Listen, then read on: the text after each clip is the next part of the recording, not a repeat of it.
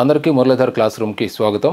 ఆంధ్రప్రదేశ్ రాష్ట్రంలో DSC examination కోసం preparation చేస్తున్నటువంటి స్కూల్ అసిస్టెంట్ సోషల్ స్టడీస్ అభ్యర్థులకు మురళీధర్ క్లాస్ రూమ్ యాప్ ద్వారా మేము 2 రకాల ఎగ్జామ్స్ ఆన్లైన్ ఎగ్జామ్స్ నిర్వహించడానికి ఈరోజు షెడ్యూల్ అనేటువంటిది మీ ముందు తెలపడానికే నేను ముందుకు రావడం జరిగింది. ఇప్పుడు ఏపీ డిఎస్సిని మనం దృష్టిలో పెట్టుకుంటే ఇక్కడ మేము 2 బ్యాచెస్ ఇస్తున్నాం. ఇది కేవలం ఎస్ఏ సోషల్ వారికి మాత్రమే. అందులో మొదట టెట్ బ్యాచ్ ప్రారంభమవుతుంది. అది ఈ నెల 16వ తారీఖు నుంచి ప్రారంభిస్తున్నాం. ఇక డిఎస్సి అనేటువంటిది తర్వాత అంటే ఈ జూలై నెల చివరి నుంచి ప్రారంభించేటువంటి ఏర్పాట్లు చేస్తున్నాం. ఇలా 2 రకాల బ్యాచ్లు ఇక్కడ నిర్వహిస్తున్నాం అనమాట. అంటే మీలో ఇంట్రెస్ట్ ఉన్నవాళ్ళు టెట్ బ్యాచ్లో చేరండి, లేదు మేము టార్గెట్ డిఎస్సిఏ పెట్టుకున్నాం అనుకుంటే డిఎస్సి బ్యాచ్లో మీరు చేరవచ్చు. ఎందుకని ఇలా డివైడ్ చేయడం జరిగిందంటే మన దాంట్లో చాలా కొంతకాలంగా కొన్ని సంవత్సరాలుగా ఈ డిఎస్సి ఎగ్జామినేషన్ ప్రిపరేషన్ చేస్తూ ఉన్నటువంటి విద్యార్థులు ఉన్నారు. వాళ్ళు ఇంకా టెట్ అనేటువంటిది వాళ్ళకి అనవసరం. ఎందుకంటే ఇప్పటికే వాళ్ళకి 120 మార్కులు అబవ్ వచ్చినటువంటి వాళ్ళు ఉన్నారు, 115 మార్కులు అబవ్ వచ్చినటువంటి వాళ్ళు, 130 అబవ్ వచ్చిన వాళ్ళు కూడా ఉన్నారు. వీళ్ళు మళ్ళీ ప్రత్యేకంగా మళ్ళీ టెట్ ఎగ్జామినేషన్ ప్రిపరేషన్ చేయటం అనేటువంటిది అక్కర్లేదు. వాళ్ళు కంప్లీట్గా డిఎస్సి మీద దృష్టి పెడితే మంచిది అనేటువంటిది నా యొక్క అభిప్రాయం. సో ఇలాంటి అభ్యర్థులు ఎవరైతే ఉంటారో అంటే డిఎస్సి కోసమే ప్రధానంగా దృష్టి పెట్టినటువంటి అభ్యర్థులు ఎవరైతే ఉంటారో వాళ్ళ కోసం మేము ప్రత్యేకంగా ఒక డిఎస్సి బ్యాచ్ని ఏర్పాటు చేస్తాం. ఇక ఇప్పుడు టెట్ క్వాలిఫై అవ్వాలి, టెట్లో మంచి స్కోర్ చేసుకోవాలి, టెట్లో ఇంకా బలంగా స్కోర్ చేసుకుని దానికి తట్టుకుని నిలబడి ఆ తర్వాత డిఎస్సి టార్గెట్ చేసుకోవాలనేటువంటి విద్యార్థులు ఎవరైతే ఉంటారో వాళ్ళ కోసం ప్రత్యేకంగా టెట్ బ్యాచ్ని నిర్వహిస్తున్నాం. సో అటు మీరు టెట్ ఎగ్జామినేషన్ రాయాలన్నా ఇటు డిఎస్సి ఎగ్జామినేషన్ రాయాలన్నా ఇక్కడ కనిపిస్తున్నటువంటి నెంబర్లుకి కాల్ చేస్తే విషయం మేము తెలియజేస్తాం. లేదా దిగువన కనిపించేటువంటి నెంబర్లు మీరు అప్రోచ్ అయినా కూడా మేము మీకు ఆ ఎగ్జామ్స్ ఎలా రాయాలి, ఆ యొక్క షెడ్యూల్ ఎలా ఉంటుంది అనేటువంటిది మీకు తెలియజేస్తాం. టెట్కి సంబంధించి ఎగ్జామినేషన్ షెడ్యూల్ కనుక చూసుకున్నట్లయితే మనకు ఒక 40 పరీక్షలు కనిపిస్తున్నాయి. అంటే ఇది జూలై 16 నుంచి ప్రారంభమై జూలై, ఆగస్టు, సెప్టెంబర్ 30 వరకు కూడా షెడ్యూల్ ఇవ్వడం అనేది జరిగింది. సో అక్టోబర్లో టెట్ ఎగ్జామినేషన్ ఉంటుంది కాబట్టి అక్టోబర్లో ప్రత్యేకంగా మళ్ళీ గ్రాండ్ టెస్టులకు సంబంధించినటువంటి షెడ్యూల్ ఇస్తామన్నమాట. ఇప్పుడు ఈ మొదట మనం ఉన్నటువంటి 40 పరీక్షలు మీరు గమనించుకున్నట్లయితే ఇక్కడ మీకు టెట్ సిలబస్లో ఇచ్చినటువంటి అన్ని టాపిక్స్ మీద కూడా పరీక్షలు జరుగుతాయి స్కూల్ అసిస్టెంట్ సోషల్ వారికి. అంటే తెలుగు, ఇంగ్లీషు, సైకాలజీ, మన సోషల్ కంటెంట్, మన సోషల్ మెథడాలజీ, అంటే ఇలా 5 విభాగాలుగా ఉన్నటువంటి ఈ అన్ని అంశాల మీద కూడా వాటి యొక్క మార్కులను అలాగే ఎగ్జామినేషన్ యొక్క స్థాయిని దృష్టిలో పెట్టుకుని పరీక్షలు అనేటువంటివి నిర్వహిస్తాం.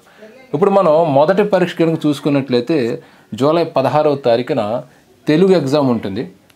అలాగే జూలై 18వ తారీఖున ఇంగ్లీష్ పరీక్ష ఉంటుంది. జూలై 26వ తారీఖున కంటెంట్ పరీక్ష ఉంటుంది. జూలై 22వ తారీఖున తెలుగు పరీక్ష 2వ పరీక్ష ఉంటుంది. జూలై 24వ తారీఖున ఇంగ్లీష్ పరీక్ష ఉంటుంది. జూలై 26వ తారీఖున కంటెంట్ 2వ పరీక్ష ఉంటుంది. జూలై 28వ తారీఖున సైకాలజీ పరీక్ష ఉంటుంది. జూలై 30వ తారీఖున మెథడాలజీ పరీక్ష ఉంటుంది. అంటే జూలై నెలలో మనకి 8 పరీక్షలు ఉన్నవి. ఆ 8 పరీక్షల్లో కూడా మనం కంటెంట్ని కవర్ చేస్తున్నాం, సైకాలజీని కవర్ చేస్తున్నాం, మెథడాలజీని కవర్ చేస్తున్నాం. మరి దీనికి సిలబస్ ఏముంటుంది, సిలబస్ షీట్ అనేటువంటిది మీకు తర్వాత ఎక్స్ప్లెయిన్ చేస్తాను విద్యార్థులారా. మొదట మీరు డేట్లు చూసుకోండి. ఇక మనం జూలై తర్వాత వచ్చేటువంటి ఆగస్ట్ నెలలో చూసుకున్నట్లయితే ఆగస్టు 1వ తారీఖున తెలుగు పరీక్ష 3 ఉంటుంది. ఆగస్టు 3వ తారీఖున ఇంగ్లీష్ పరీక్ష 3 ఉంటుంది. ఆగస్టు 5వ తారీఖున కంటెంట్ 3వ పరీక్ష. ఆగస్టు 7వ తారీఖున తెలుగుకు సంబంధించి 4వ పరీక్ష. ఆగస్టు 9వ తారీఖున ఇంగ్లీష్కి సంబంధించి 4వ పరీక్ష. ఆగస్టు 11వ తారీఖున కంటెంట్కి సంబంధించి 4వ పరీక్ష. అలాగే ఆగస్టు 11వ తారీఖున కంటెంట్కి సంబంధించి 4వ పరీక్ష. ఆగస్టు 13వ తారీఖున తెలుగు మీద 5వ పరీక్ష. ఆగస్టు 15వ తారీఖున సైకాలజీ మీద 2వ పరీక్ష. అలాగే 17వ తారీఖున ఆగస్టు నెల ఇంగ్లీష్ మీద 5వ పరీక్ష. 19వ తారీఖున ఆగస్టు 19న మెథడాలజీ 2వ పరీక్ష. ఆగస్టు నెల 21వ తారీఖున కంటెంట్ మీద 5వ పరీక్ష. ఆగస్టు 23వ తారీఖున తెలుగు మీద 6వ పరీక్ష ఉంటుంది. అంటే ఇంచుమించుగా ఒక రోజు గ్యాప్లో మీకు ఎగ్జామినేషన్ షెడ్యూల్ ఇస్తున్నాం. మీరు జాగ్రత్తగా గమనించుకున్నట్లయితే అన్నీ కవర్ అవుతూ ఉంటాయన్నమాట. ఇక తర్వాత ఆగస్టు 25వ తారీఖున ఇంగ్లీష్ పరీక్ష. ఆగస్టు 27వ తారీఖున కంటెంట్ మీద 6వ పరీక్ష ఉంటుంది. ఆగస్టు 20వ తారీఖున తెలుగు మీద 7వ పరీక్ష ఉంటుంది. ఆగస్టు 31వ తారీఖున సైకాలజీ మీద ఒక పరీక్ష ఉంటుంది. అంటే ఆగస్ట్ నెలంతా కూడా టైట్ షెడ్యూల్ మనకి కనిపిస్తుంది. ఆగస్టుకే, దాని తర్వాత వచ్చి సెప్టెంబర్ కూడా ఆ మాదిరే ఉంటుంది. అంటే ఒక తెలుగు ఎగ్జామ్, ఒక ఇంగ్లీష్ ఎగ్జామ్, ఒక కంటెంట్ ఎగ్జామ్, మెథడ్ ఎగ్జామ్, అలాగే సైకాలజీ, ఇట్లాగా మీకు చక్కగా ప్రిపరేషన్ చేసుకునే విధంగా కొంచెం గ్యాప్ ఇచ్చామన్నాడు. అంటే పరీక్షకి గ్యాప్ కాదు, ఆ సబ్జెక్ట్కి గ్యాప్ అనమాట. అంటే సైకాలజీ పరీక్ష ఒకటి జరిగిందంటే మళ్ళీ కొద్ది రోజుల తర్వాత మళ్ళీ ఇంకొక సైకాలజీ పరీక్ష జరుగుతుంది. అలాగే మెథడాలజీ పరీక్ష జరిగిందంటే కొద్ది రోజుల తర్వాత మళ్ళీ మెథడాలజీ పరీక్ష జరుగుతుంది. కంటెంట్ అయినా ఇంగ్లీష్ అయినా అదే ఉంటుంది. కానీ మధ్యలో మీకు మిగతా సబ్జెక్ట్స్, మిగతా పరీక్షలు అనేటువంటి యాడ్ అవుతుంటాయి. ఇప్పుడు చూడండి, ఆగస్ట్ అయిపోయిన తర్వాత సెప్టెంబర్ మనం తీసుకుంటే, సెప్టెంబర్ 2వ తారీఖున ఇంగ్లీష్లో మనకి 7వ పరీక్ష పెట్టుకుంటాం. సెప్టెంబర్ 4వ తారీఖున మెథడాలజీలో 3వ పరీక్ష పెట్టుకుంటాం. సెప్టెంబర్ 6వ తారీఖున తెలుగులో 8వ పరీక్ష పెట్టుకుంటాం. సెప్టెంబర్ 8వ తారీఖున కంటెంట్ మీద 7వ పరీక్ష ఉంటుంది. సెప్టెంబర్ 10వ తారీఖున ఇంగ్లీష్లో 8వ పరీక్ష. సెప్టెంబర్ 12వ తారీఖున కంటెంట్లో 8వ పరీక్ష. సెప్టెంబర్ 15వ తారీఖున సైకాలజీ మీద 4వ పరీక్ష. సెప్టెంబర్ 16వ తారీఖున ఇంగ్లీష్లో 9వ పరీక్ష. అలాగే సెప్టెంబర్ 18వ తారీఖున కంటెంట్లో 9వ పరీక్ష. సెప్టెంబర్ 20వ తారీఖున తెలుగులో 9వ పరీక్ష. సెప్టెంబర్ 22వ తారీఖున కంటెంట్లో 9వ పరీక్ష. సెప్టెంబర్ 24వ తారీఖున ఇంగ్లీష్లో 10వ పరీక్ష. సెప్టెంబర్ 20వ తారీఖున తెలుగులో 10వ పరీక్ష. అలాగే సెప్టెంబర్ 26న మెథడాలజీలో 4వ పరీక్ష. సెప్టెంబర్ 28న కంటెంట్లో పరీక్ష 10వ పరీక్ష. సెప్టెంబర్ 30వ తారీఖున సైకాలజీలో 5వ పరీక్ష. అంటే జూలై నెల నుంచి సెప్టెంబర్ 30 వరకు కూడా మీకు గ్యాప్ లేకుండా ఈ యొక్క షెడ్యూల్ అనేటువంటిది ఇవ్వడం జరిగింది. అన్ని అంశాలను క్రోడీకరించుకోండి. సరే, మనకు సమయం తెలిసిపోయింది, ఎప్పుడు ఏ పరీక్ష ఉంటుందో తెలిసిపోయింది, టైం టేబుల్ క్లియర్గా ఉంది. ఎలాగ నేను పీడిఎఫ్ పెడతాను కాబట్టి ఒకసారి మళ్ళీ చూసుకోండి. మరి దీనికి సంబంధించి ఏం చదవాలి అనేది ఇప్పుడు మీకు తెలియజేస్తాను. మొదట మన మాతృభాష తెలుగు నుంచి చూద్దాం. తెలుగులో మొదటి పరీక్ష చూస్తే మనకి జూలై 16వ తారీఖున జరుగుతుంది అనుకున్నాం. దీనికి మనకి టెట్ సిలబస్లో ఇచ్చిన టాపిక్స్ని అందులో జాగ్రత్తగా స్టడీ ఎంపిక చేసుకుంటూ మీరు రాయాలనేటువంటి ఉద్దేశంతో ఇవ్వడం జరిగింది. అందులో మొట్టమొదటి చూసుకుంటే ప్రక్రియలు, లక్షణాలు, కవులు, రచయితలు, పరిచయం, విశేషాంశాలు, ఇతివృత్తాలు, నేపథ్యాలు, ఉద్దేశాలు. దీనికి సంబంధించి మీరు 6వ తరగతి నుంచి 10వ తరగతి వరకు ఉన్నటువంటి టెక్స్ట్ బుక్స్లో ఉన్నటువంటి అంశాలు చదవాలి. ఇక తర్వాత 22వ తారీఖున, జూలై 22వ తారీఖున పదజాలం అంటే అర్థాలు, పర్యాయ పదాలు, నానార్థాలు, వ్యుత్పత్తార్థాలు, ప్రకృతులు, వికృతులు, మాండలిక పదాలు, జాతీయాలు, సామెతలు, పొదుపు కథలు. దీనికి సంబంధించి మనం 1వ తరగతి నుంచి 10వ తరగతి వరకు చదవాలి. అంటే 1వ తరగతిలో టెక్స్ట్ బుక్ నుంచి 10వ తరగతిలో ఉన్నటువంటి టెక్స్ట్ బుక్స్ వరకు. ఇక్కడ మళ్ళీ 1వ తరగతి నుంచి 9వ తరగతి వరకు ఉన్నటువంటి ప్రస్తుత పాఠ్య పుస్తకాలు, 10వ తరగతి విషయంలో పాత పాఠ్య పుస్తకాన్ని, తెలుగు టెక్స్ట్ బుక్ని చూసుకోండి. ఇక తర్వాత ఆగస్టు 1వ తారీఖున భాషా అంశాల మీద పరీక్ష ఉంటుంది. ఇందులో వ్యాకరణ, పారిభాషిక పదాలు, తత్సమ, తద్భవం, ఆగమం, ఆదేశం, నిత్యం, వికల్పం, బహుళం, ధ్రువప్రకృతం, ప్రాతిపాదిక, ప్రత్యయ, భాషా భాగాలు, అలాగే విభక్తులు మొదలగునవన్నీ ఉంటాయి. ఇది ఇక్కడ కూడా మీరు 6వ తరగతి నుంచి 10వ తరగతి వరకు ఉన్నటువంటి టెక్స్ట్ బుక్ అంశాలు స్టడీ చేసుకోవాలి, గ్రామర్ అంశాలు. ఇక 7వ తారీఖు, ఆగస్టు 7వ తారీఖున సందుల మీద, ఆ సందులకు సంబంధించినటువంటి అంశాల మీద ఇక్కడ ఇవ్వటం జరిగింది. మీరు చూసుకుంటే తెలుస్తుంది. ఇక ఆగస్టు 13వ తారీఖున సమాసాల మీద, అలాగే ఛందస్సు మీద ఇవ్వటం జరిగింది. అంటే 2 కాన్సెప్టులు తీసుకున్నాం. ఇక ఆగస్టు 23వ తారీఖున అలంకారాల మీద, శబ్దాలంకారాల మీద ఇవ్వటం జరిగింది. అలాగే క్రియలు, రకాల మీద ఇవ్వటం జరిగింది. ఇక్కడ చూసుకుంటే మీకు తెలుస్తుంది. ఆగస్టు 23వ తారీఖున అలంకారాలు, క్రియల మీద సంబంధించిన అంశం. దీనికి కూడా మీరు 6వ తరగతి నుంచి 10వ తరగతి వరకు తెలుగు టెక్స్ట్ బుక్స్ని స్టడీ చేయాలి. ఇక తర్వాత 29వ తారీఖున పఠన అవగాహన, అపరిచిత పద్యం, అపరిచిత గద్యం. సో దీన్ని కూడా మనం వదలలేదన్నమాట. ఇది కూడా మీరు స్టడీ చేసుకోవాలి. ఇక తర్వాత దాంతోపాటుగా భాషా అంశాలు అంటే వాక్యాలు, భేదాలు, సామాన్య, సంయుక్త, సంక్లిష్ట, ఆశ్చర్యార్థక, ప్రశ్నార్థక, కర్తరి, కర్మని, వ్యతిరేకార్థక వాక్యాలు ఇవన్నీ ఉంటాయి కదా, అవన్నీ చూసుకోవాలి. ఇక సెప్టెంబర్ 6వ తారీఖున తీసుకుంటే ఇక్కడ ప్రక్రియలు, లక్షణాలు ఈ టాపిక్ మీద, అలాగే పదజాలం అనేటువంటి టాపిక్ మీద, అంటే మొదటి 2 కాన్సెప్ట్లు ఇక్కడ ఇవ్వడం జరిగిందనమాట. ఇక సెప్టెంబరు 20వ తారీఖున భాషాంశాల మీద ఇవ్వడం జరిగింది. అంటే భాషా భాగాల్లో ఏ నుంచి జీ వరకు ఉన్నటువంటి అన్ని అంశాలు ఇక్కడ ఇవ్వడం జరిగింది. అది మీరు చూసుకోవాలి, భాషాంశాలు. ఇక తర్వాత సెప్టెంబర్ 25వ తారీఖున ఆల్ టాపిక్స్ మీద ఒక గ్రాండ్ టెస్ట్ అనేటువంటిది ఇవ్వడం జరిగింది. అంటే తెలుగు పరీక్షలు కనుక చూసుకున్నట్లయితే ఫస్ట్ చిన్న చిన్న అంశాలను తీసుకుంటూ, టెట్ సిలబస్లో ఇచ్చిన అంశాలను తీసుకుంటూ, తర్వాత మళ్ళీ గ్రాండ్ టెస్ట్ని ప్రిపేర్ చేస్తాం. ఈ గ్రాండ్ టెస్ట్ కంటే ముందు ఒక చిన్న గ్రాండ్ టెస్ట్ అంటే సగం అంశాల మీద ఒక గ్రాండ్ టెస్ట్ ఉంటుంది. తర్వాత ఫైనల్గా అన్ని అంశాల మీద గ్రాండ్ టెస్ట్ ఉంటుంది అనమాట. సో దీని కొరకు మీరు 1వ తరగతి నుంచి 10వ తరగతి వరకు చూసుకోవాలి. ప్రధానంగా ఈ టాపిక్కి, పదజాలం అనే టాపిక్కి. మిగతా అన్నింటికి కూడా 6వ తరగతి నుంచి 10వ తరగతి వరకు ఉన్నటువంటి అంశాలు, వ్యాకరణ అంశాలు, అలాగే కవులు, ఇలాంటి అన్ని అంశాలు కూడా మీరు స్టడీ చేసుకోవాలి. సో తెలుగు పరీక్షలు చాలా బ్రహ్మాండంగా ఉంటాయి. అది మాత్రం గుర్తుపెట్టుకోండి విద్యార్థులారు. ఇక్కడ ఒక విషయం మీకు తెలియలేదు. గత ప్రభుత్వం నిర్వహించినటువంటి టెట్ ఎగ్జామినేషన్లో మా విద్యార్థులు అద్భుతమైనటువంటి మార్కులు సాధించారు. 130, 134, 135, ఇలాగ 125 కంటే చాలా ఎక్కువ మంది సాధించడం జరిగింది. 120 అబవ్ కూడా విద్యార్థులు సాధించారు. వాళ్ళందరికీ కూడా అభినందనలు. మరొక వీడియో ద్వారా వాళ్ళ యొక్క అనుభవాలు, వాళ్ళకు సంబంధించినటువంటి అంశాలు మీకు తెలియజేస్తారు. సో తెలుగుకి సంబంధించినటువంటి టైం టేబుల్ ఏంటి, దాని యొక్క ఎగ్జామినేషన్ షెడ్యూల్ ఏంటి తెలుసుకున్నాం. నెక్స్ట్ ఇంగ్లీష్ ఎగ్జామ్స్ కూడా మనం టెట్ సిలబస్లో ఉన్నటువంటి అంశాలనే, అక్కడ ఇచ్చినటువంటి టాపిక్స్నే సుమారు ఒక 20-30 టాపిక్స్ ఉన్నట్టుగా ఉన్నాయి. వాటిని జాగ్రత్తగా మీ సౌలభ్యం కోసం విభజన చేసుకుంటూ పరీక్షలు అనేటువంటి ఫ్రేమ్ చేయడం జరిగింది. ఫర్ ఎగ్జాంపుల్ మనకి జూలై 18వ తారీఖున చూసుకుంటే ఇక్కడ synonyms, antonyms, homophones, homonyms, spellings మీద ఇవ్వడం జరిగింది. అలాగే జూలై 24వ తారీఖున ప్రేజల్ వెర్బ్స్ మీద ఇవ్వడం జరిగింది. అంటే మిగతా అంశాలు చూసుకోండి ఇక్కడ. అలాగే జూలై 3వ తారీఖున helping verbs, model auxiliaries, ordinary verbs, tenses మీద ఇవ్వడం జరిగింది. జూలై 4వ తారీఖున ఆర్టికల్స్, ప్రిపోజిషన్స్ మీద ఇవ్వడం జరిగింది. దీనికి మీరు ఏం చేయాలి? సేమ్ 6వ తరగతి నుంచి 10వ తరగతి వరకు ఉన్నటువంటి అంశాలు చదువుకోవాలి. ఇంకా మనకి ఇంగ్లీష్లో మంచి స్కోర్ చేయాలంటే ఎట్లా సార్ అంటే గుర్తుపెట్టుకోండి, 1వ తరగతి నుంచి 10వ తరగతి వరకు మీరు ఇంగ్లీష్ టెక్స్ట్ బుక్స్ చదివినా కూడా చాలా అద్భుతంగా ఉంటుంది. 10వ తరగతి మాత్రం పాత టెక్స్ట్ బుక్స్ చూసుకోండి. మిగతా అన్నీ కూడా ఇప్పుడు ఆంధ్రప్రదేశ్ రాష్ట్రంలో ఏ బుక్స్ అయితే ఉన్నాయో ఆ బుక్స్ మాత్రం స్టడీ చేయాలి.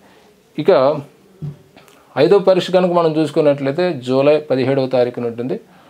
ఇక్కడ clauses, sentences structure, language functions మీద ఉంటుంది.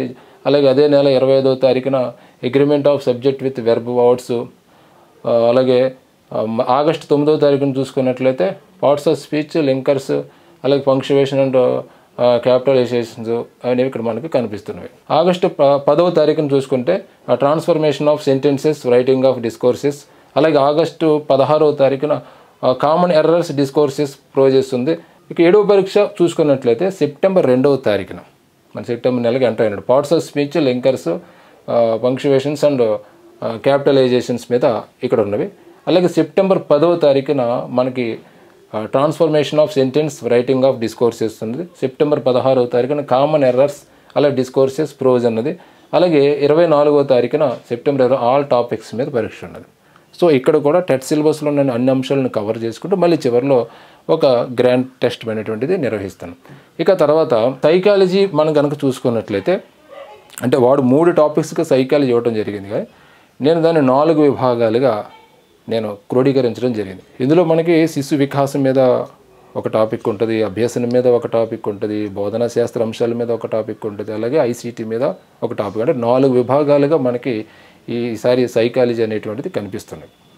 దీన్ని దృష్టిలో పెట్టుకుని అన్ని విభాగాలను కవర్ చేసుకుంటూ మళ్ళీ చివరిలో ఒక గ్రాండ్ టెస్ట్ పెట్టే విధంగా టైం టేబుల్ సెట్ చేయడం జరిగింది. ఇప్పుడు జూలై 28వ తారీఖున శిశు వికాసం మీద మనం ఎగ్జామ్స్ పెడతాం అనమాట. దీంట్లో శిశు వికాసం అనే టాపిక్లో ఉన్నటువంటి అన్ని అంశాలు మీరు కవర్ చేయాలి. ఇక్కడ ఇచ్చాను కదా, ఇవన్నీ చదవటం అంటే ఈ వీడియో లెంత్ పెరుగుతుంది కాబట్టి చూసుకోండి. ఎలాగో పీడిఎఫ్ పెడతాను కాబట్టి మీరు దాని గురించి వర్రీ అక్కర్లేదు. ఈ టాపిక్స్ అన్ని మనం చూసుకోవాలి. ఇది జూలై 28వ తారీఖున ఉంటే, ఇక జూలై 15వ తారీఖున చూసుకుంటే అభ్యసనం మీద ఉన్నటువంటి అంశాలు. అందులో ఇవన్నీ చూసుకోవాలి. ఇంకా అభ్యసనలో ఇక్కడ ఇచ్చినటువంటి టాపిక్స్ అన్నీ, అభ్యసనం అర్థం కానీ దాని యొక్క అన్నీ, ఇంకా ఇవన్నీ చదవలేను కానీ ఇంకా విద్యార్థులను అర్థం చేసుకోండి, మీరు చూసుకుని సరిపెట్టుకోండి. ఇక తర్వాత జూలై 31వ తారీఖున చూసుకుంటే బోధనా శాస్త్ర అవగాహన, అంటే బోధనా శాస్త్ర సంబంధిత అంశాలన్నీ ఇక్కడ ఇవ్వడం జరిగింది ఒక టెస్ట్గా. ఇక సెప్టెంబర్ 15వ తారీఖున ఐసీటీలో ఏ పార్ట్, ఐసీటీ సంబంధించిన బి పార్ట్, 2 పార్ట్లు ఉన్నాయి. ఆ ఐసీటీ మీద ఒక టెస్ట్ ఇక్కడ కండక్ట్ చేయడం జరుగుతుంది. ఇక తర్వాత సెప్టెంబర్ 30వ తారీఖున ఆల్ టాపిక్స్ మీద ఒక ఎగ్జామ్ ఉంటుంది అనమాట. అంటే సైకాలజీకి సంబంధించి మీకు 5 ఎగ్జామ్స్ నిర్వహిస్తారు.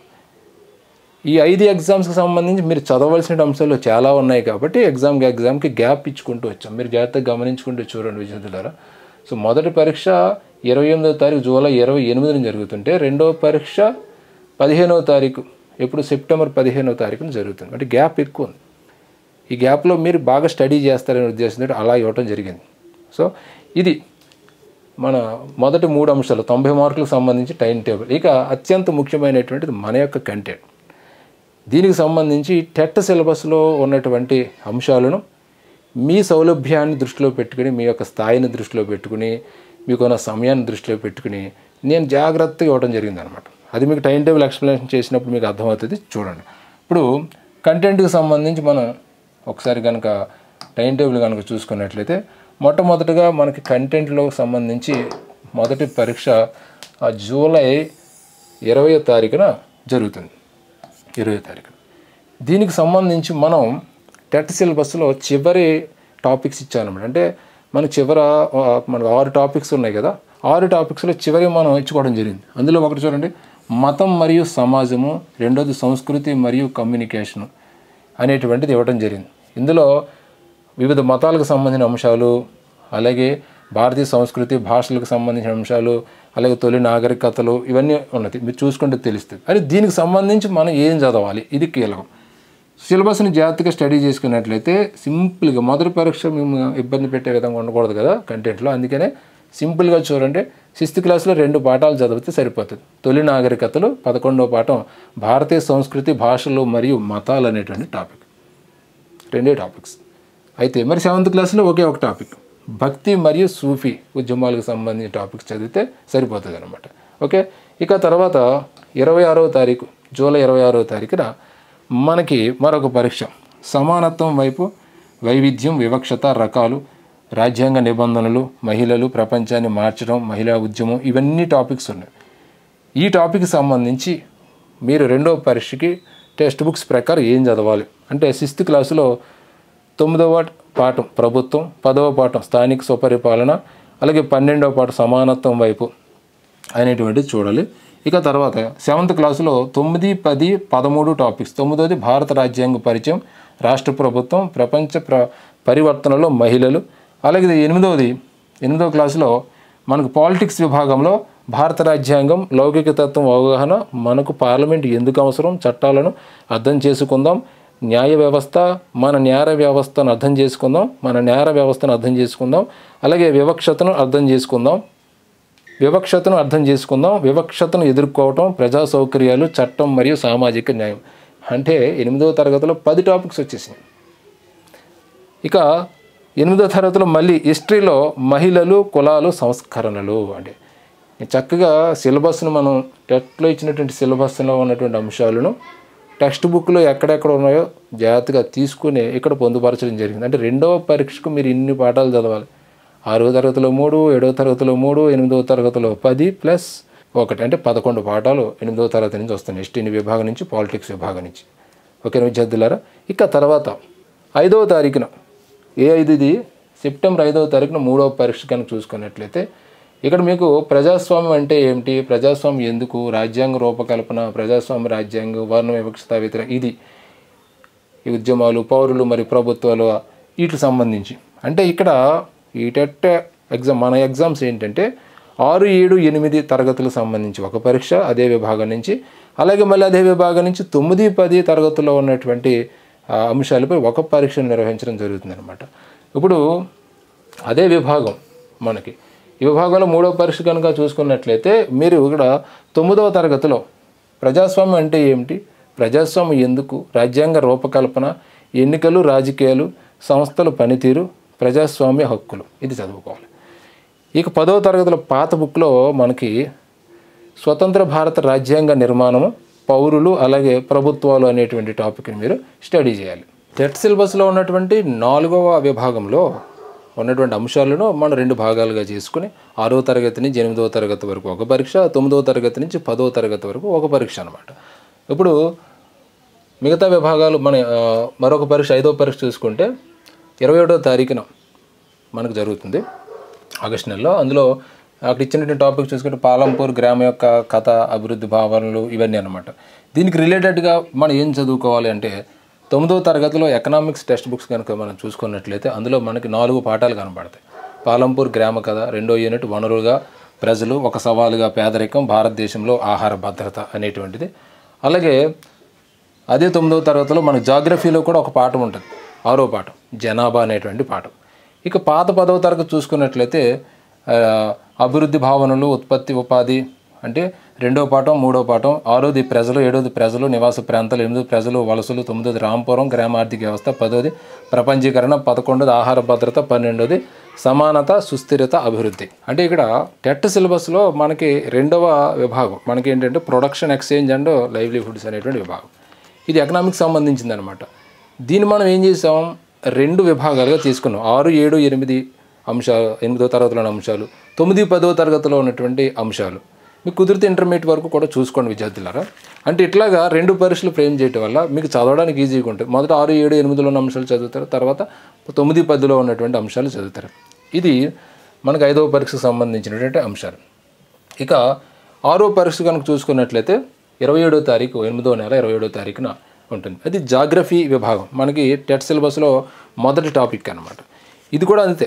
6, 7, 8 తరగతులను జాగ్రఫీ అంశాలు ఒక టెస్ట్గా, 9, 10 తరగతుల జాగ్రఫీ అంశాలు ఒక టెస్ట్గా నిర్వహించడం జరుగుతుంది.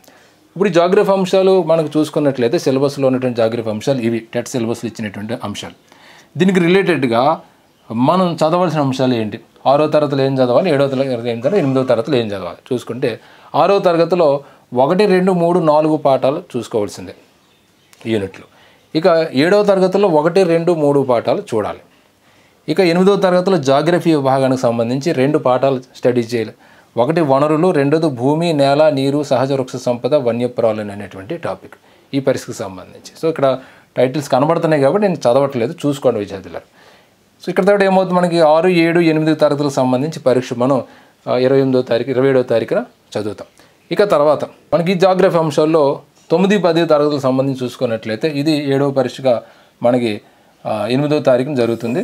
8వ తారీఖు అంటే 9వ నెల, సెప్టెంబర్ 8వ తారీఖున. ఇక్కడ చూడండి, భారతదేశ పరిమాణం, అలాగే ఉనికి, భారతదేశం యొక్క పొరుగువారు, నైబర్స్, ఇది దీనికి సంబంధించిన సిలబస్, టెట్ సిలబస్ ఇది. దీనికి రిలేటెడ్గా ఉన్నటువంటి అంశాలు 9వ తరగతిలో 1, 2, 3, 4, 5 పాఠాలు మీరు చదవాలి 9వ తరగతిలో. ఇప్పుడు ఉన్నటువంటి 9వ తరగతిలో జాగ్రఫీ బుక్లో ఇచ్చినటువంటి 1వ పాఠం భారతదేశ పరిమాణం మరియు ఉనికి, భారతదేశ భౌగోళిక స్వరూపాలు, నీటిపారుదల, శీతోష్ణస్థితి, సహజ వృక్ష సంపద మరియు వన్యప్రాణులు అనేటువంటి టాపిక్తో పాటుగా పాత 10వ తరగతి పుస్తకం ఉంది కదా మనకాన, అది తీసుకుని అందులో 1వ పాఠం భారతదేశం భౌగోళిక స్వరూపాలు, 4వ పాఠం భారతదేశ శీతోష్ణ స్థితి, 5వ పాఠం భారతదేశం మరియు నీటి వనరులు అనేటువంటి టాపిక్స్ చదవాలి. అంటే జాగ్రఫీ విభాగంలో కూడా మనం 2 టాపిక్స్ కింద, 2 టెస్టుల కింద డివైడ్ చేసుకోవడం జరిగింది. ఇక తర్వాత రాజకీయ వ్యవస్థలు మరియు పరిపాలన అనేటువంటి ఒక విభాగం ఉంటుంది మనకు, 3వ విభాగం టెట్ సిలబస్లో. అంటే పొలిటికల్ సిస్టమ్ అండ్ గవర్నెన్స్ అనేటువంటి, ఇది అటు పౌరశాస్త్రానికి సంబంధించి, ఇటు హిస్టరీకి సంబంధించినటువంటి అంశాలు కూడా ఉంటాయి. ఎక్కువ అంశాలు ఉంటాయి కాబట్టి దీన్ని కొంచెం సుదీర్ఘంగా వెనక్కి గెనటం జరిగింది ఈ టెస్ట్. ఇప్పుడు చూడండి, ఇక్కడ 12వ తారీఖు, సెప్టెంబర్ 12వ తారీఖున ఇచ్చేటటువంటి టెస్ట్లో మనం 6, 7, 8 తరగతులకు సంబంధించి ఏమేమి చదవాలి అనేటువంటిది వివరణ ఇక్కడ మీకు కనిపిస్తుంది. దానికి సంబంధించి టెట్ సిలబస్లో ఉన్న అంశాలు ఇవి, యాజ్ ఇట్ ఈస్గా టెట్ సిలబస్లో ఇచ్చినటువంటి అంశాలు ఇవి. దీనికి రిలేటెడ్గా మనం చదవాల్సిన అంశాలు అవి. 6వ తరగతిలో చూసుకుంటే 5, 7, 8 పాఠాలు. 5వ పాఠం సంచార జీవనం నుండి స్థిర జీవనం, 7వ పాఠం సామ్రాజ్యాలు, గణతంత్రాల ఆవిర్భావం, 8వ పాఠం రాజ్యాలు మరియు సామ్రాజ్యాలు అనేటువంటి పాఠం. ఇక 7వ తరగతిలో చూసుకుంటే 4, 5, 6, 7 పాఠాలు. ఢిల్లీ సుల్తాన్లు, కాకతీయులు, విజయనగర చక్రవర్తులు, దాంతోపాటు మొఘల్ చక్రవర్తుల సంబంధించిన అంశాలు చదువుతారు. ఇక 8వ క్లాస్ హిస్టరీ, అవర్ పాస్ట్ అని ఉంటుంది కదా, అది చూసుకుంటే అందులో 1వ పాఠం ఎలా, ఎప్పుడు, ఎక్కడ, 2వది వాణిజ్య స్థావరాల నుంచి సామ్రాజ్య స్థాపన వరకు, కంపెనీ అధికార స్థాపన, అలాగే 3వది గ్రామీణ ప్రాంతాల పరిపాలన, 4, 5, 7, 9, 10.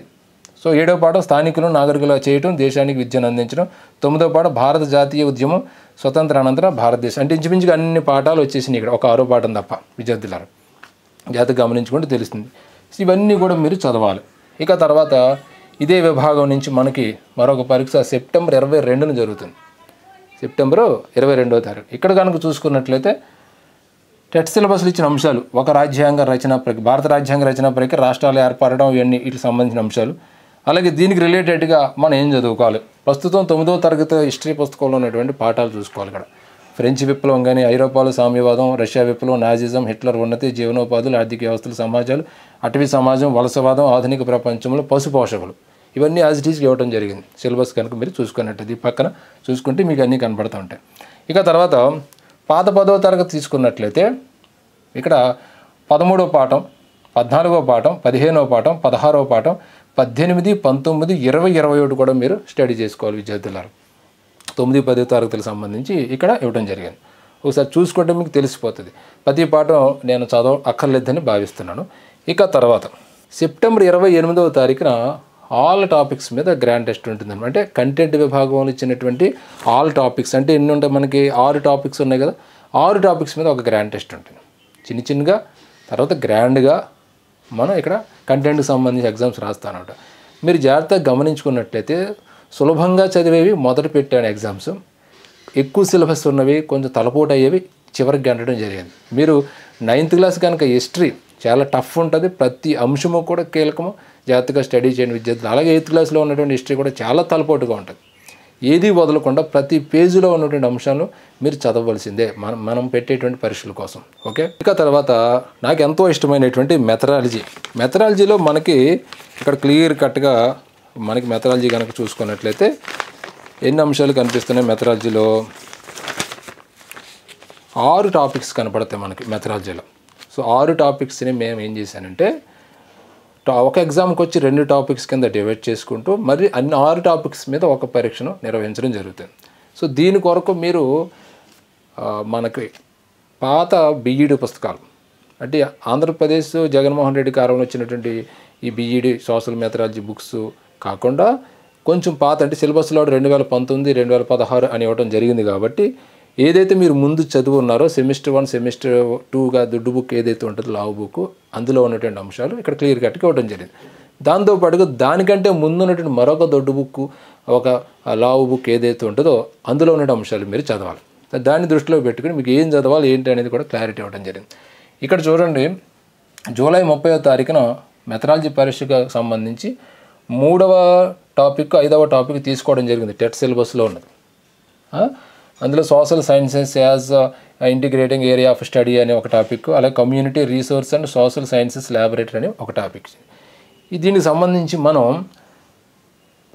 మనకున్నటువంటి పాత బుక్లో అంటే మనకి 2 పుస్తకాలు చెప్పాను కదా, 2 పుస్తకాల్లో ఇక్కడ స్టడీ చేసుకోవాలి. ఒకటి మొదటి యూనిట్ సాంఘిక శాస్త్రాలు ఒక సమైక్యత అధ్యయనం, భావనలు, సంబంధితాలు, అలాగే సామాజిక వనరులు, సాంఘిక శాస్త్ర ప్రయోగశాల అనేటువంటిది చూసుకోవాలి. ఈ బుక్ అనమాట. ఇది ఎక్కువ మంది దగ్గర ఉంటుంది, ఇది తక్కువ మంది దగ్గర ఉంటుంది. పర్వాలేదు, Muralidhar class room app download చేసుకోండి, లేదా నేను కింద ఇచ్చినటువంటి వాట్సాప్ లింక్ని మీరు ఫాలోఅప్ చేసుకోండి, వాట్సాప్ గ్రూప్లో చేరండి. దీనికి సంబంధించి పీడిఎఫ్ పెడతాను, దాన్ని మీరు జెరాక్స్ తీసుకుని చదువుకోండి విద్యార్థులారా. ఇక్కడ ఈ 2 పుస్తకాల్లోని అంశాలు ఇవ్వడం జరిగింది. ఇది మొదటి ఇచ్చినటువంటిది ఈ పుస్తకంలోని. ఇక రెండో చూడండి, ఓల్డ్ బుక్ 1వ అధ్యాయం సాంఘిక శాస్త్ర పరిచయము, అలాగే 7వ అధ్యాయం సాంఘిక శాస్త్ర బోధన వనరులు అనేటువంటిది ఇందులోంచి ఇవ్వడం జరిగింది. అంటే ఇక్కడ 4 యూనిట్లు మీరు కవర్ చేయాలి ఈ 2 పుస్తకాల నుంచి. బుక్ ఎందుకు చూపిస్తున్నానంటే మీకు తెలియడం కోసం. ఇక తర్వాత 19వ తారీఖున మనకి 8వ నెల 19వ తారీఖున చూసుకున్నట్లయితే ఇక్కడ స్కూల్ కరిక్యులం అండ్ రీసోర్స్ అనేటువంటి ఒక topic, approaches and strategies of learning social science అనేటువంటిది 2 విభాగాలు ఇక్కడ తీసుకోవడం జరిగింది. ఇందులో మనకి ఈ పుస్తకంలో మీరు ఏం చదవాలి, ఈ బుక్ తీసుకుంటే అందులో పాఠశాల విద్యా ప్రణాళిక సాంఘిక శాస్త్రంలో వనరులు 3వ యూనిట్ ఉంటుంది చూసుకోండి. అలాగే 6వ యూనిట్ సాంఘిక శాస్త్ర అభ్యాసన ఉపగమాలు వ్యూహాలు అనేటువంటిది చూడాలి. ఇక ఈ బుక్లో ఏం చదవాలి అంటే 3వ అధ్యాయం సాంఘిక శాస్త్ర బోధన ఉపగమాలు, బోధనా పద్ధతులు, బోధన మెలకువలు, 5వ అధ్యాయం సాంఘిక శాస్త్ర బోధన అభ్యాసన ఉపకరణాలు, 6వ అధ్యాయం సాంఘిక శాస్త్రం విద్యా ప్రణాళిక అనేటువంటిది మీరు ఇందులో స్టడీ చేయాలి. ఇక తర్వాత 3వ పరీక్ష సెప్టెంబర్ 4వ తారీఖున ఇక్కడ aims and objectives of learning social sciences అనేది, 6ది tools and techniques of assessments of learning social science అనేటువంటిది ఉన్నది. దీనికి సంబంధించి మొదటి ఇందులో ఏం చదవాలి అనేది చూసుకుంటే సాంఘిక శాస్త్ర అభ్యాసన ఉపగమాలు లక్ష్యాలు, అలాగే 10వ యూనిట్ సాంఘిక శాస్త్ర అభ్యాసన మూల్యాంకన పరికరాలు అంటే 2 యూనిట్లు, 2వ యూనిట్ 10వ యూనిట్ మీరు స్టడీ చేయాలి. ఇక ఈ బుక్లో సంబంధించి పాత పుస్తకం 2వ యూనిట్ 2వ అధ్యాయం అని ఉంటుంది. అందులో సాంఘిక శాస్త్ర బోధన ఉద్దేశాలు, లక్ష్యాలు, విలువలు, 10వ అధ్యాయం సాంఘిక శాస్త్ర మూల్యాంకనం అనేటువంటిది ఇక్కడ మీరు స్టడీ చేయాలి విద్యార్థులు. అంటే ఈ 2 రకాల పుస్తకాలు మీ దగ్గర ఉండాలి. నాకు తెలిసి ఎక్కువ మంది దగ్గర ఈ పుస్తకం ఉంటుంది, ఇంకో పుస్తకం ఉండకపోవచ్చు, పర్వాలేదు, నేను దానికి సంబంధించినటువంటి పీడిఎఫ్ ఇస్తాను, దాని దగ్గర పెట్టుకొని స్టడీ చేసుకోండి. ఇవి మనం నిర్వహించబోయేటువంటి పరీక్షలు అనమాట, టెట్కి సంబంధించి. ఈ టెట్ పరీక్షలు ఇదంతా అయిన తర్వాత మనకు అక్టోబర్లో ఎగ్జామ్ ఉంటుంది కాబట్టి అప్పుడు మీకు టెట్కి సంబంధించి ఓవరాల్గా ఒక గ్రాండ్ టెస్ట్ 2 గ్రాండ్ టెస్ట్లు మనకున్న డ్యూరేషన్ బట్టి అక్కడ గ్రాండ్ టెస్ట్లు అనేటువంటిది పెట్టడం జరుగుతుంది. సో సెప్టెంబర్ 30 వరకు కూడా మీరు టెట్స్లకు సంబంధించి మొదటి విభాగాల వారీగా చదువుతూ మళ్ళీ అన్ని విభాగాలకు సంబంధించి గ్రాండ్ టెస్ట్గా ఒకటి ఉంటుంది. కంటెంట్లో విభాగాలు గారు చదివారు ఒక గ్రాండ్ టెస్ట్ మళ్ళీ రావట్లేదు. అలాగే తెలుగులో, అలాగే ఇంగ్లీష్లో, అలాగే సైకాలజీలో ఏది వదలు, అలాగే మెథడాలజీలో ప్రతి విభాగంలో కూడా అలాగా మీ సౌలభ్యం దృష్టిలో పెట్టుకుని మీరు చక్కగా చదవాలి, మంచి స్కోర్ చేసుకోవాలి. ఆ స్కోర్ని తీసుకుని మీరు టెట్ను దాటుకుని డిఎస్సిలో దాని సంగతి ఏంటో చూడాలనే ఉద్దేశంతో టెట్లో మంచి స్కోర్ రావాలనేటువంటి ఉద్దేశంతో ఇక్కడ ఎగ్జామ్ షెడ్యూల్ అనేటువంటిది ఇవ్వడం జరిగింది. ఇప్పటివరకు మీరు ఆంధ్రప్రదేశ్ టెట్ ఎగ్జామినేషన్ కోసం మేము నిర్వహించబోయేటువంటి ఆన్లైన్ ఎగ్జామ్స్ షెడ్యూల్ చూశారు, సిలబస్ విశ్లేషణ చూశారు, ఇతరత్ర అంశాలు కూడా గమనించుకోవడం జరిగింది. మరి ఈ ఎగ్జామ్స్ రాయాలంటే ఏం చేయాలి? Very simple. మేము ఈ ఎగ్జామ్స్ నిర్వహణ కోసం పెట్టినటువంటి అమౌంట్ 500 రూపీస్ మాత్రమే. 500 రూపీస్ మీరు చెల్లించి ఈ ఎగ్జామ్స్ని మీరు చక్కగా రాసుకోవచ్చు. దీని కొరకు మీరు గూగుల్ ప్లే స్టోర్కి పోయి మురళీధర్ క్లాస్ రూమ్ అనేటువంటి యాప్ని డౌన్లోడ్ చేసుకోండి. దానికి సంబంధించిన లింక్ నేను డిస్క్రిప్షన్లో కింద ఇస్తాను. అలాగే మా మురళీధర్ క్లాస్ రూమ్కి అనేటువంటి వాట్సాప్ గ్రూప్ కూడా, అలాగే టెలిగ్రామ్ గ్రూప్ లింక్స్ కూడా మాకు ఈ యొక్క వీడియోకి డిస్క్రిప్షన్లో ఇవ్వడం జరుగుతుంది విద్యార్థులు. అందులో చేరండి. ఇక మీరు ఈ 500 చెల్లించవలసినటువంటి ఫోన్పే నెంబర్ కానీ గూగుల్ పే నెంబర్లు కానీ ఇవి 8978557191, అలాగే 9346772591 అనేటువంటి నెంబర్లు. ఈ నెంబర్కి మీరు నేరుగా 500 రూపీస్ చెల్లించి దాన్ని స్క్రీన్ షాట్ తీసి మాకు ఇదే నెంబర్కి మీరు వాట్సాప్ చేయండి. మేము మా యొక్క గ్రూపుల్లో యాడ్ చేస్తాం. ఖచ్చితంగా జూలై 16వ తారీఖు నుంచి షెడ్యూల్ అనేటువంటి యాజ్ పర్ మేము ఇచ్చిన దాని ప్రకారమే కొనసాగిపోతాయి విద్యార్థులు. ఓకే, మేము నిర్వహించేటువంటి ఈ పరీక్షల ద్వారా, మేము ఇచ్చేటువంటి ప్రశ్నల బిట్స్ ద్వారా మిమ్మల్ని బాగా విషయాన్ని అర్థం చేసుకునే విధంగా తయారు చేయడం, మంచి అభ్యాసకులుగా తీర్చిదిద్దడం, మంచి మార్కులు వచ్చేటట్టుగా ప్రయత్నించడమే మా పని. సో పరీక్షలు రాయటం వల్ల, మేము ఇచ్చే బిట్ల వల్ల మీకు జరిగే ఉపయోగం ఏంటంటే, మేము ఇచ్చిన బిట్ యాజ్ ఇట్ ఈజ్ ఎగ్జామ్స్లో రాకపోవచ్చు, వస్తుందని కూడా నేను చెప్పను. కానీ ఈ యొక్క ఎగ్జామ్స్ రాయటం వల్ల టెక్స్ట్ బుక్ని ఎలా చదవాలి, టెక్స్ట్ బుక్ని ఎలా అర్థం చేసుకోవాలి, ప్రశ్న ఎలా ఉంటుంది, ఎలా మనం దాన్ని చేయగలగాలి అనేది మీకు తెలుగుకి సంబంధించి అర్థమవుతుంది, సైకాలజీకి సంబంధించి అర్థమవుతుంది, అలాగే ఇంగ్లీష్కి సంబంధించి అర్థమవుతుంది. దాంతోపాటుగా మన కంటెంట్ మెథడాలజీ కూడా మీకు అర్థమవుతుంది అనమాట. సో ఎలా చదువుతున్నాం అనేది కాదు, ఆ చదివే విధానం కరెక్ట్గా ఉందా లేదా. అందరూ చదువుతారు, అందరికీ రావట్లేదు కదా ఉద్యోగం. కొందరికి ఎందుకు వస్తుంది అంటే వాళ్ళు అనుసరించే వ్యూహాలు పద్ధతులు అలా ఉంటాయి కాబట్టి విద్యార్థులు. సో మన యొక్క టెస్ట్ కూడా, ఎగ్జామ్స్ కూడా ఆ మాదిరి ఉంటాయి. సో మంచిగా మీరు చదువుతూ ఈ పరీక్షలు అనేవి ఉపయోగించుకోవాలని ఆంధ్రప్రదేశ్ రాష్ట్రంలో ప్రిపరేషన్ డిఎస్సి కోసం ఎంతకాలం ఎదురు చూస్తున్న 5-6 సంవత్సరాలు ఎదురు చూస్తున్నటువంటి మనకు ఒక మంచి అద్భుతమైన అవకాశం వచ్చింది. స్కూల్ అసిస్టెంట్ సోషల్ స్టడీస్ పోస్టులు కూడా బ్రహ్మాండంగా ప్రతి జిల్లాలో కనిపిస్తున్నవి. సో వచ్చిన అవకాశాన్ని ఉపయోగించుకోకపోతే నష్టపోయేది మనమే కాదు, మనం నమ్ముకున్నటువంటి వాళ్ళు కూడా నష్టపోతారు విద్యార్థులారా. కాబట్టి వదలొద్దు, ప్రయత్నించండి, ఈ రోజు నుంచి మొదలు పెట్టండి. జై హింద్.